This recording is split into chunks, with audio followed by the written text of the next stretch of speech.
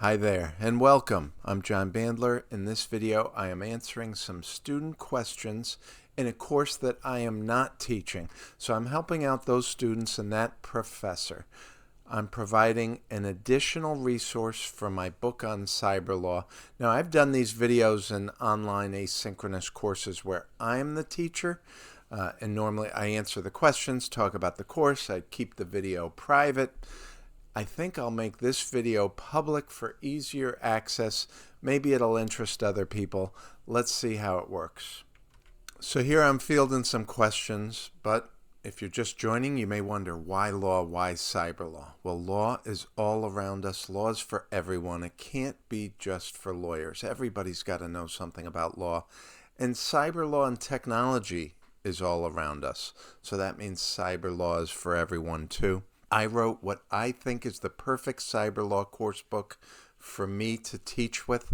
I've been teaching Cyberlaw for a while, and I needed a book that I thought was great, and that's why I wrote it. And others may teach with it too, and others are teaching with it. So this video helps answer questions for students. It helps the students. It'll help teachers using the book. And these answers are quick and off the cuff.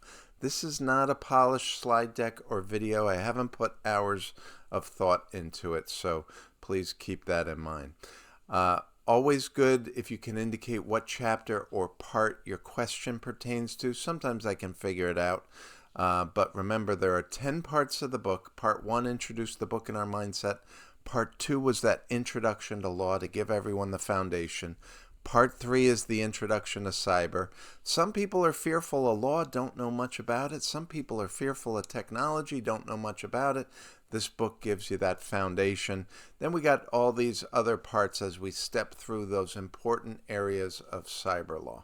So remember, we got that chapter resource page. So let your instructor know you watched this by including this phrase.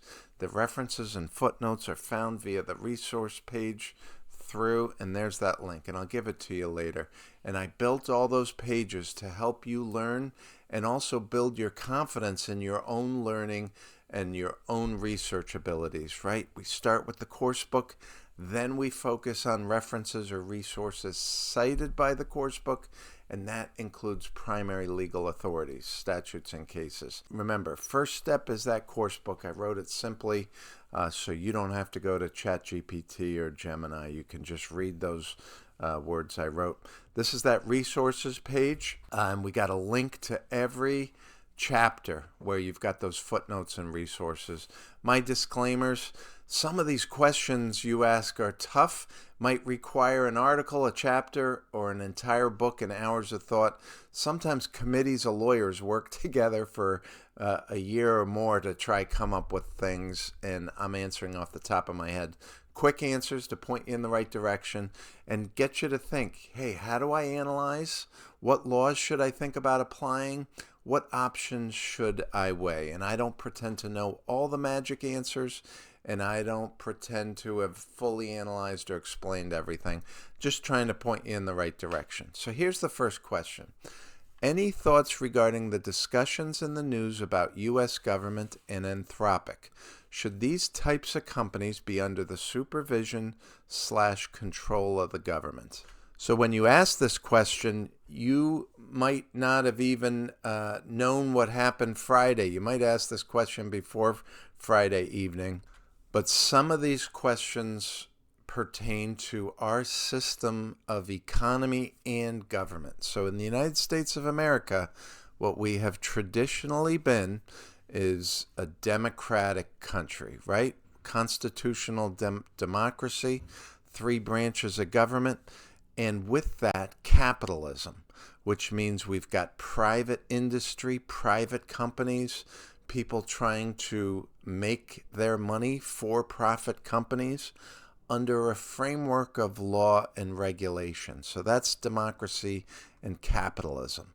Now, when we talk about government taking control of companies, that gets into the type of economy and government known as socialism and communism, or a state directed economy, where the government controls companies, the government controls economy. Traditionally, we have not had that in this country. China has a government-directed economy. Authoritarian governments direct the economy, but we have not traditionally had this in this country. We value capitalism, free markets, with some law and regulation to protect consumers and protect the economy. Now, we have seen, and it hasn't happened before, but it did happen since 2025, the federal government taking ownership in certain companies. That's new. Some might call that socialism. Not complete socialism, but a little bit of it. So we need to think about the authority of government to regulate in this question. How much regulation should there be? There's always been debate about that.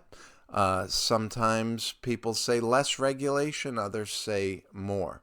So how much regulation should there be of artificial intelligence? How much should the government be able to control it or take over a company or try to blacklist a company and even ruin it? So what happened Friday evening is the U.S. government, the military, could not reach a deal with Anthropic about their AI systems, using it for defense and national security.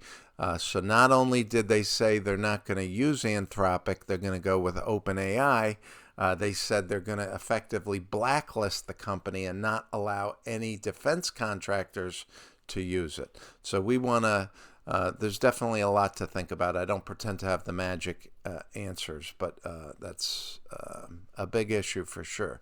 Now, definitely, there should be some regulation of artificial intelligence. We know we already have laws about it. There's a chapter in the book about it. We're looking at privacy laws, copyright laws, but you'll get to that later in the book.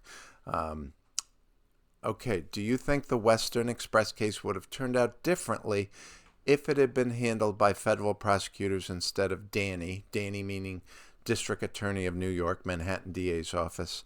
And do you think local prosecutors' offices should be taking on cases of this size and complexity?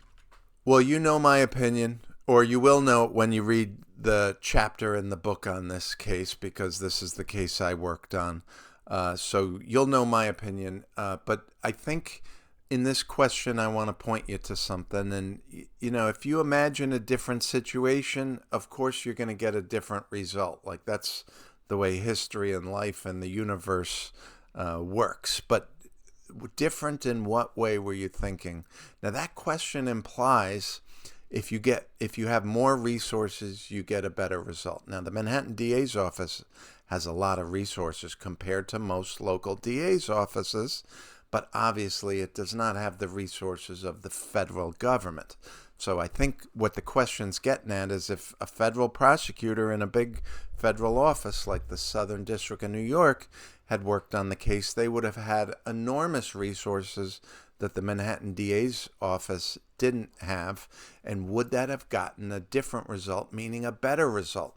So I'd ask you, do more resources always mean a better result? So we want to think about that.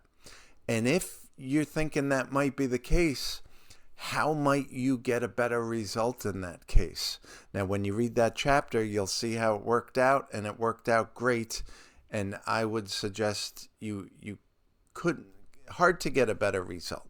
But you'll read the chapter, and then you'll see. And maybe your opinion or your question will change a little bit. Do you think current cybercrime laws are truly keeping up with modern technology, or are prosecutors stretching older statutes to fit new types of crimes? And then this kind of ties in with the next question from another student. I'm curious, with how fast technology changes, how do investigators keep up with hackers? It seems like every time they catch up, there's a new trick, so I imagine staying ahead is real tough. So I might ask you to think about examples maybe for your question and a little more detail on what you're thinking. So remember, theft has been around a long time. Theft was around before cyber and the internet and computers, and theft is still around. And one point the book hammers home in a lot of different chapters is a lot of cybercrime is really just about theft. And we've had laws about theft on the books for a long time. Identity theft laws are newer, but those have been around. And then we do have laws that criminalize specifically certain online conduct. So there's always going to be new criminal laws enacted every year, right? The legislature is always enacting a new law to address a new perceived problem that needs to be criminalized. But also we cover in the book that it's kind of a myth to simply say the law needs to catch up or the law is always behind, because the law does adapt and evolve even without new statutes. So I'd ask you to point to an action you think should be a crime, and then we want to analyze, hey, is there a statute that criminalizes it or not, and why? And I would submit that for a lot of cybercrime that's happening, there is a law that criminalizes it. So it's not that it's not a crime, it's just that it's hard and takes a lot of resources to investigate it, figure out who did it, find them and prosecute them. So when you look at the Western Express case, yeah, some of the statutes were not perfect.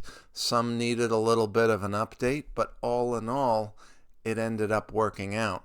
So, I mean, I guess find that middle ground, right? There is law that criminalizes cybercrime conduct. The law is rarely perfect. But also remember the lesson from Chapter 2. It's not like you snap your fingers and say, oh, now the law's caught up. Everybody loves the new law. For any law at any point in time, there's some people that say it's good and a lot of people that say it's bad. So you're never going to convince people that the law is caught up and perfect for the circumstances. But you have new technology, whether it's cryptocurrency when it was new, virtual currency before that when it was new, artificial intelligence, although how new is that in reality? You have new use cases, but there's a lot of existing laws. So before we say the law's got to catch up, let's make sure we've analyzed what those current laws are. One question I had from this week's readings: when investigators seek data held by a U.S. company but stored on foreign servers, what's the practical best path you want us to think about first?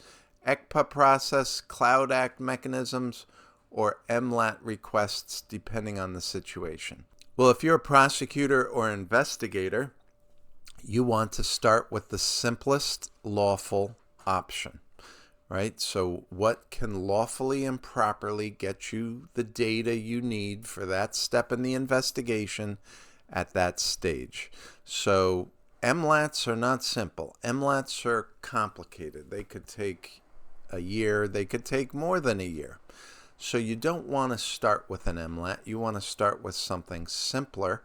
And that actually is the purpose of the Cloud Act, right? Because remember, and the book might not get into it in huge detail, but my prior book on cybercrime investigations, which is probably in the school library, it is in the PACE library, that gets into it in more detail.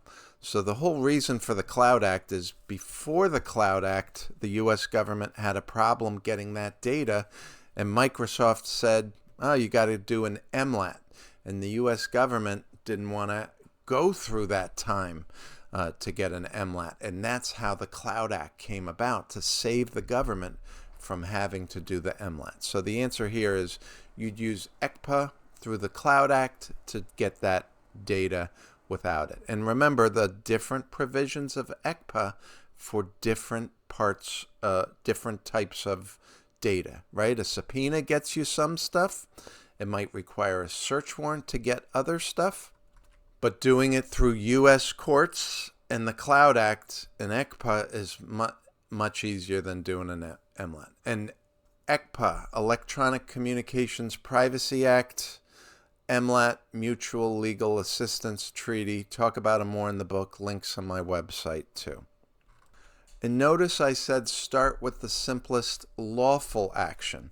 The government, some people in government, if they're not knowledgeable or not ethical, they might want to do something expedient that does not comply with the law. And I'm thinking of recent statements by Department of Homeland Security or ICE. One statement that they could make an arrest based on reasonable suspicion. That's not what the law is. To make an arrest, you need probable cause. So you have to comply with the law. If you only have reasonable suspicion, you can only detain for a short period. There was a report that Department of Homeland Security said agents could go into a person's house without a search warrant, without a judicial search warrant. Well, the Fourth Amendment says otherwise. So obviously, the Fourth Amendment is there for a reason. Government needs to comply with it. And the Cloud Act gave the government a lawful, clear way to get the data without having to do an MLAT. Question: if you were designing a law from scratch for handling digital evidence today, what's one rule or safeguard you would include that isn't in the current statutes? So that's a big question. So I'd ask you to focus that. Now, handling is one thing. Obtaining is another. So let me just talk through both. I know you're asking about handling, but sometimes people are also talking about obtaining. Obtaining, we're going to be thinking about the investigation, the Fourth Amendment, ECPA, the Electronic Communications Privacy Act. Handling, obviously you have to do it in compliance with those laws to obtain it, but then it also involves evidentiary procedures, rules of evidence, trial rules, because you're handling that evidence with an eye that you want to use that information or get ultimately, if it goes to trial, that evidence will be properly admissible in that trial, that the judge will accept it as sufficiently reliable and authentic and relevant too. When we talk about a law from scratch, that is, we want to put that in the context of how laws are created and how they evolved. And there's just a lot of law involved. We got constitutional law, Fourth Amendment. There's federal laws, then there's laws of the 50 states. They all differ a little bit. And every now and then there's an enormous legal project to design a law from scratch. In New York State, the criminal procedure law and penal law were created from model laws. And model laws and uniform laws, there's an organization that works on that. They've got committees of lawyers who are experts in each field who work together to develop these legal frameworks, guidelines, if you will, that could be adopted by a state. So I just might ask you to focus that question a little. If there's a specific provision or something you're thinking of, I can try to answer that a little better. Okay, so laws for everyone, cyber laws for everyone. I love answering questions, especially when they're genuine and from a student's own mind and curiosity. If I answered your question, let your professor know that you watched this and I answered it. If I can answer it better or didn't understand it, or you want to refine it, feel free. And another way to let your professor know you watched this is mention where you can find a compilation of all the references and footnotes for the book. That's that link. That's where this QR code goes to. I've got more links in the YouTube description. And thank you for watching. All these references and links will be in the YouTube description. Don't forget my disclaimers. This is all off the cuff. Trying to keep the book and the material interesting for you. There's no magic answers, just doing my best. Watch the news and current events for what's going to happen with Anthropic and AI and the federal government. That is a cyber law area of concern for all of us and all these areas too. Conflict in Iran, guess what? There's law for that. International conflict, use of force, including cyber conflict, that's covered in the book. Thanks for listening. Take care.